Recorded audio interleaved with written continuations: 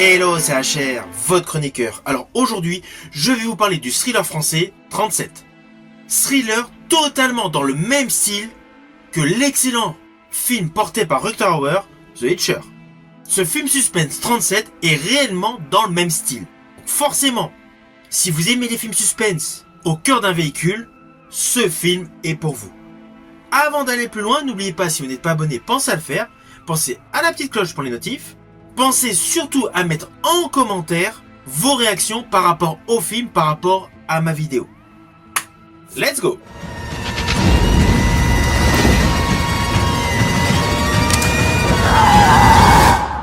Alors ce film 37, L'ombre et la proie, est un film d'autostoppeur avec camionneur.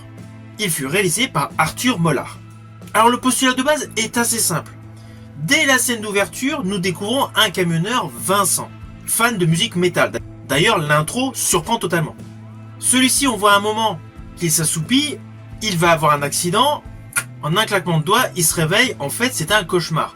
Toujours assez rapidement, on s'aperçoit donc qu'il a un pote routier donc qu'il a réveillé, avec qui il travaille depuis des années. Et parallèlement, on découvre qu'il a des soucis de facture par le biais d'un message téléphonique de son épouse. Ainsi, on comprend évidemment que le côté sociétal de ce camionneur est assez difficile. On le voit donc récupérer de la marchandise pour tout simplement transporter d'un point A à un point B son chargement. Mais là où l'histoire démarre réellement, c'est à partir du moment où une femme enceinte lui demande de l'emmener vers Paris. Voilà, c'est le postulat de base. Mais assez vite après cette demande, on ressent immédiatement un petit côté horrifique qui va se déclencher. C'est des gouttes de sang qui coulent sur la roue du camion appartenant à l'ami de Vincent. Voilà. Ne vous inquiétez pas, je n'irai pas plus loin sur les lignes scénaristiques. Vous me connaissez, je ne spoil jamais. Mais voilà, le postulat de base est posé. Nous avons un camionneur, Vincent, et une femme qui se fait appeler 37, qui est autostoppeuse.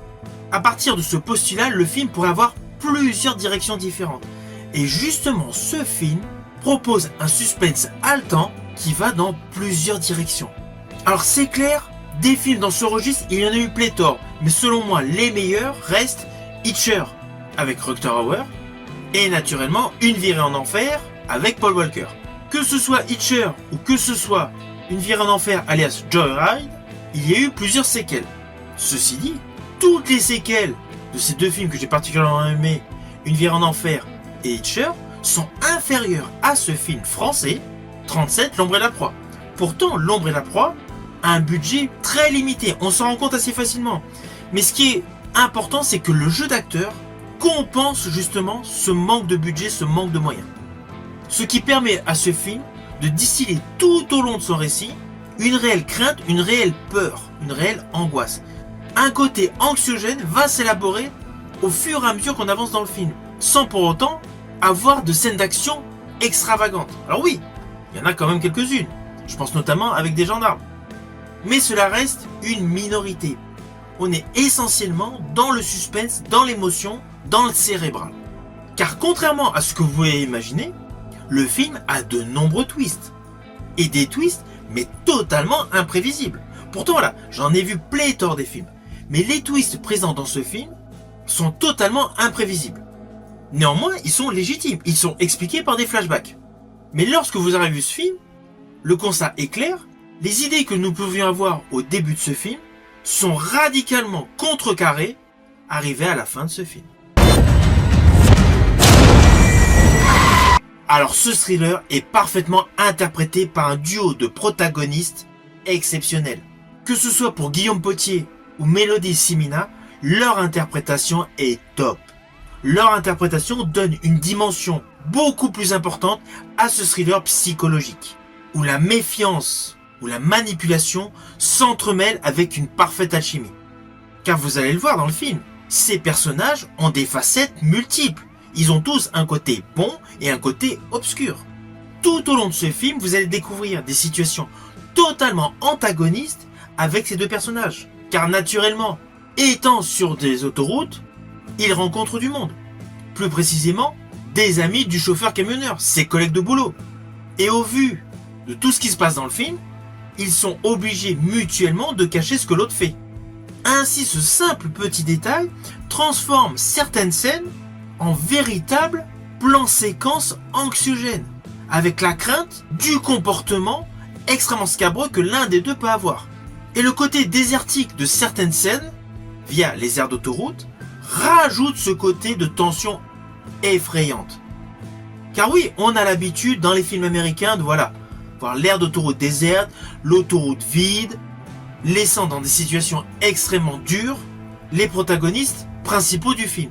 Et bien là, avec le décor du réseau routier français, Arthur Mollard, le réalisateur de ce film, a restitué la même ambiance. Alors c'est clair, ce film ne va pas révolutionner le genre, mais ce film est un bon film. Surtout que c'est assez rare que le cinéma français explore ce genre. Alors malheureusement, je ne pense pas que ce film va avoir un succès de malade, car on va pas se mentir, la communication sur ce film est très limitée.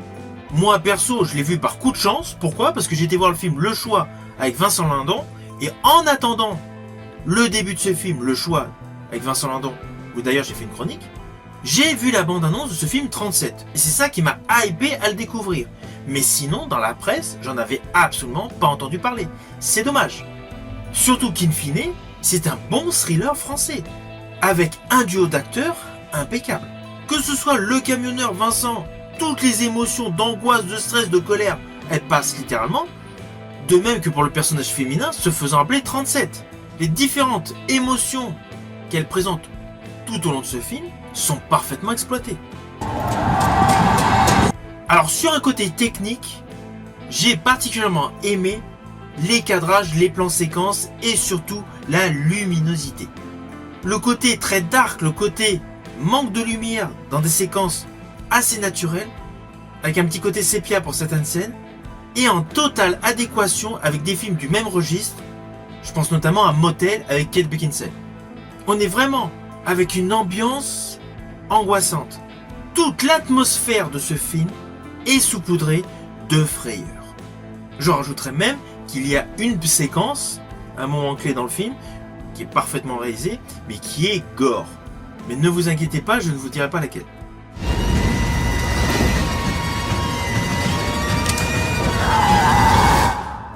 Alors au final, naturellement, c'est un film que je vous invite à découvrir. Il est actuellement au cinéma et ce film mérite vraiment d'être vu. C'est vraiment dommage qu'il y a très peu de communication sur ce film. Au vu des partenaires qui ont participé à la production de ce film, je pense qu'après son passage cinématographique, il se retrouvera sur Canal+. N'oubliez pas de me dire ce que vous avez pensé de ce film et surtout ce que vous avez pensé du jeu des deux protagonistes principaux. Je vous dis à bientôt pour une prochaine vidéo.